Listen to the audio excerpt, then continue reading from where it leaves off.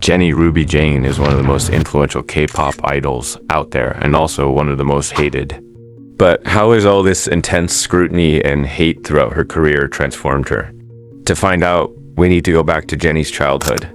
Jennie Kim was born on January 16th, 1996, as an only child. In Light Up the Sky documentary, Jennie shared about her childhood and said, "I was born in Korea and it's just me and my mom.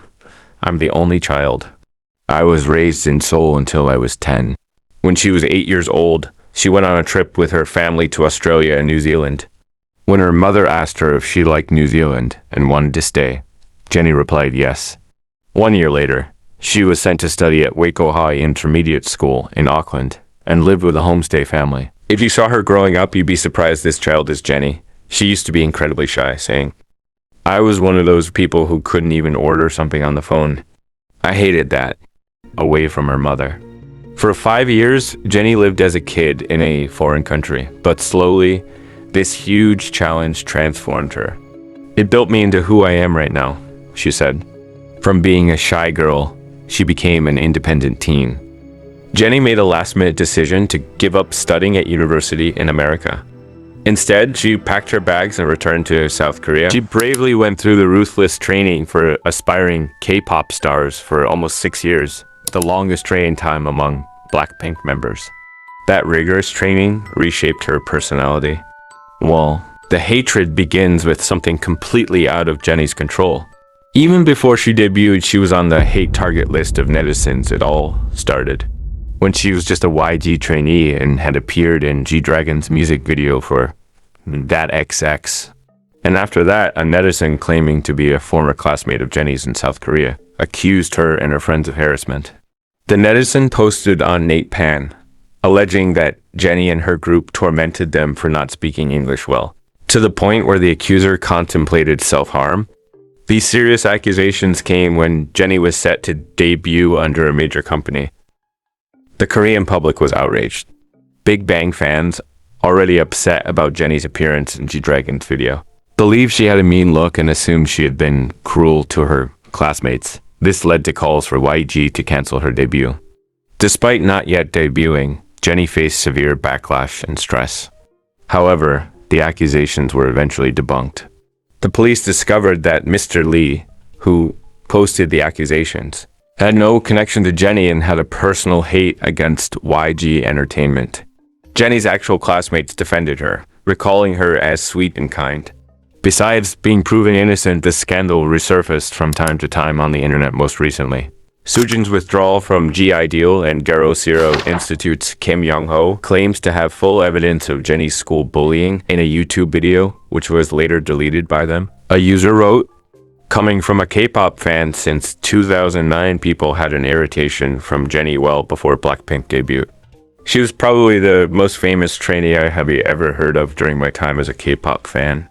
YG promoted all the Blackpink members in some way before debut, but Jennie was pushed a little more than other, I can't deny that. And so that she was given the title of YG Princess by netizen. She was featured in G-Dragon and Seungri's album. It was YG marketing strategy or favoritism, we can never be sure. But one thing is confirmed. This strategy worked for YG Entertainment, but messed up Jennie's idol image. Comment sections and forums were filled with frustration over how YG Entertainment heavily promoted Jennie, even before her official debut. Allegations of favoritism and nepotism continue to this day. This early resentment meant that by the time she debuted, many people already had a negative view of her. She was just a teenager, taking advantage of the opportunities presented to her. Blackpink and Jennie, as we all know, quickly became an overnight sensation. With millions of fans, a lot of love, and an overwhelming amount of hate. It soon became a belief that YG favored Jennie over the other members, and it got worse when she became the first one to go solo among the group. Favoritism accusations became stronger, but fans often forget that Jennie had the longest training period of 6 years. In this video, I share how Lisa was about to quit when Blackpink debut was keep delaying. Jennie also shared the grueling experience she had as a trainee.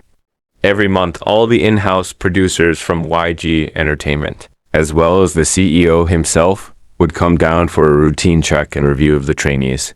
Each month, They had to prepare one solo song, one group song, and a dance track for the staff to judge.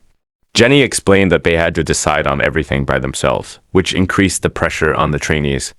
From choosing what clothes to wear, to selecting group members, planning parts of the performance, and picking the songs themselves, they were responsible for it all. The trainees even had to make their own MR tracks and choreograph their routines. Halfway through the month, they would get a review before the end of month final review to correct whatever needed fixing. Jennie also revealed that they had to take videos of their choreographies, including various genres of dance such as popping and crumping. Each trainee also had to film a vocal review video every week and submit photos of themselves to check on their upkeep.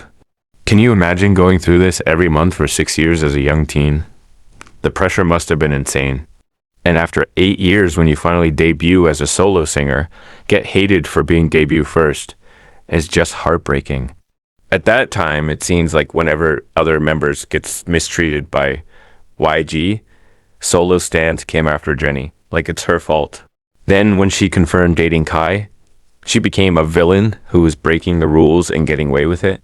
But later, it was revealed Blackpink had no dating restrictions at that time. Then the infamous lazy scandal happened.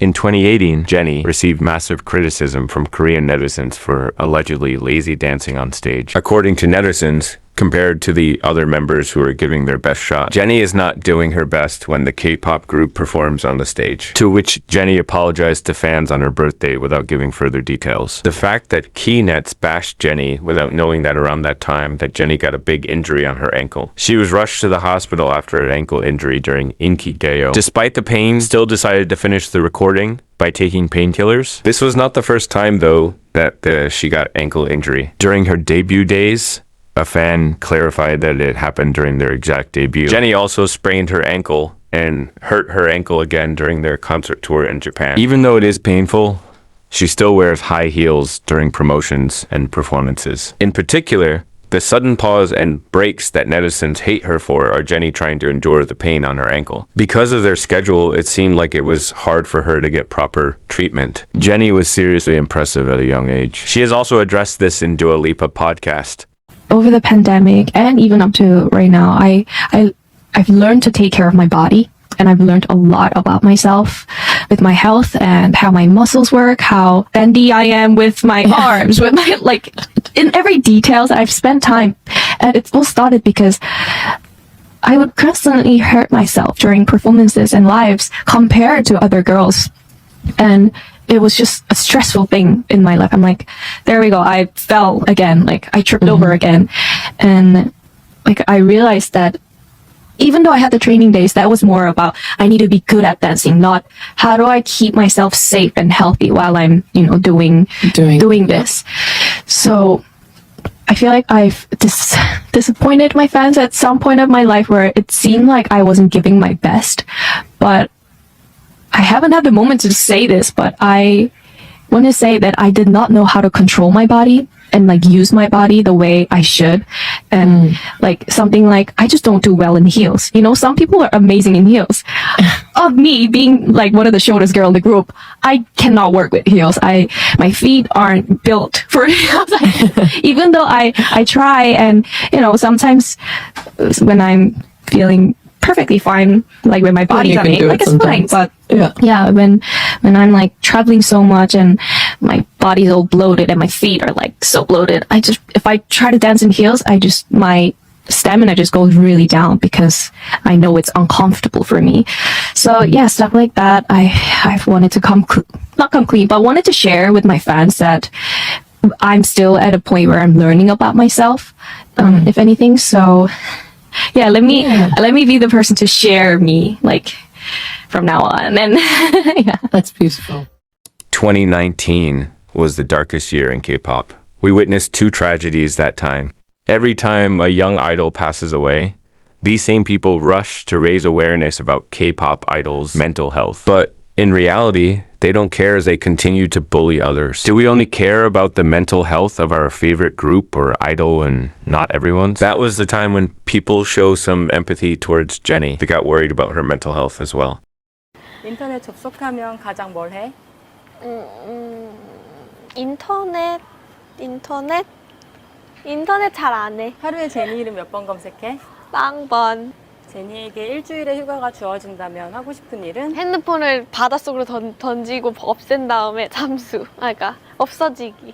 아무도 날 찾을 수 없게. And exactly that time, Jennie's solo stands became stronger and started forming a community. They decided to protect Jennie at all costs. As the truth behind Jennie being lazy on stage scandal comes to light, netizens expressed their sympathy and sorry hearts for her. Blinks even trended the hashtag apologize to Jennie for accusing her of something that she shouldn't be sorry for. Also, other fans are frustrated as well how the issue damaged the idol's image and mental health, where in truth, she didn't deserve any of the hate and criticism she endured. Even after the truth came out, people who still hate Jennie, in my opinion, lack empathy. It's easy to give your opinion behind a screen without caring how your words might hurt others.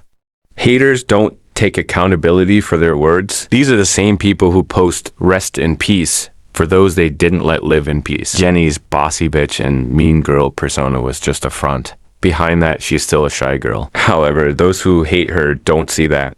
There's a very prominent change in Jennie can be seen now. Blinks call it, I don't give a F attitude. Hate can lead someone to adopt a rebellious attitude. Psychological and sociological studies provide several insights into how negative social interactions and persistent criticism can influence an individual's behavior. According to the theory of psychological reactance, individuals often experience a motivational arousal to regain their freedom when they perceive that it is being threatened or taken away.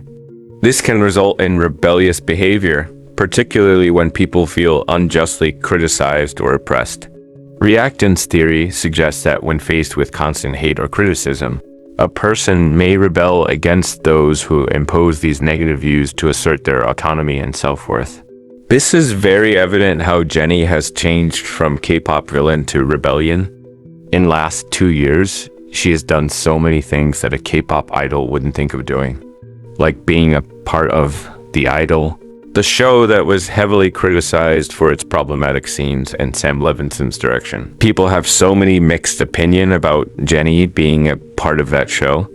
I just kind of wish Jennie had not chosen this particular series as her debut in acting, and no, it is not because of all the explicit scenes, etc. Because she is a grown-up woman and this show is literally for 18 plus.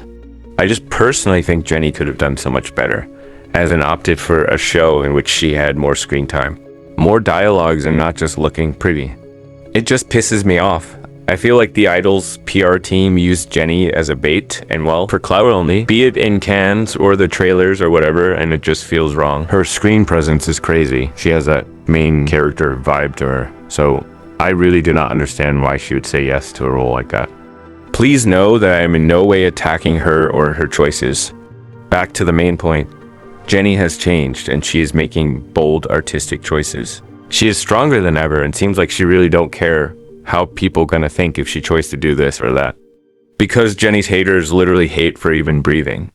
And when I say haters, I can't forget to mention V solo stands. Jennie is always on their target list. Well, ARMY and Blink's fandom not liking each other and hating deserve a separate video itself. But V toxic solo stands will hate on Jennie even when she isn't at fault. Like when V followed Jennie on Instagram accidentally, but Jennie was the one to be hated and blamed.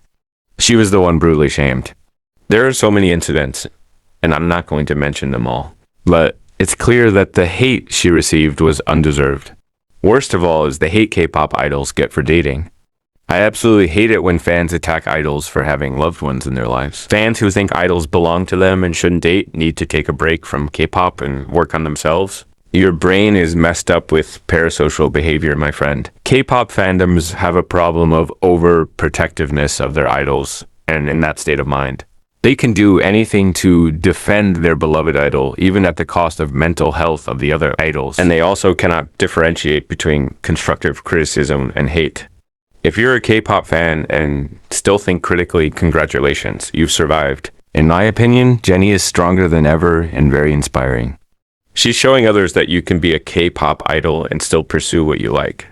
Now with her own solo label, I can't wait to see what's coming next.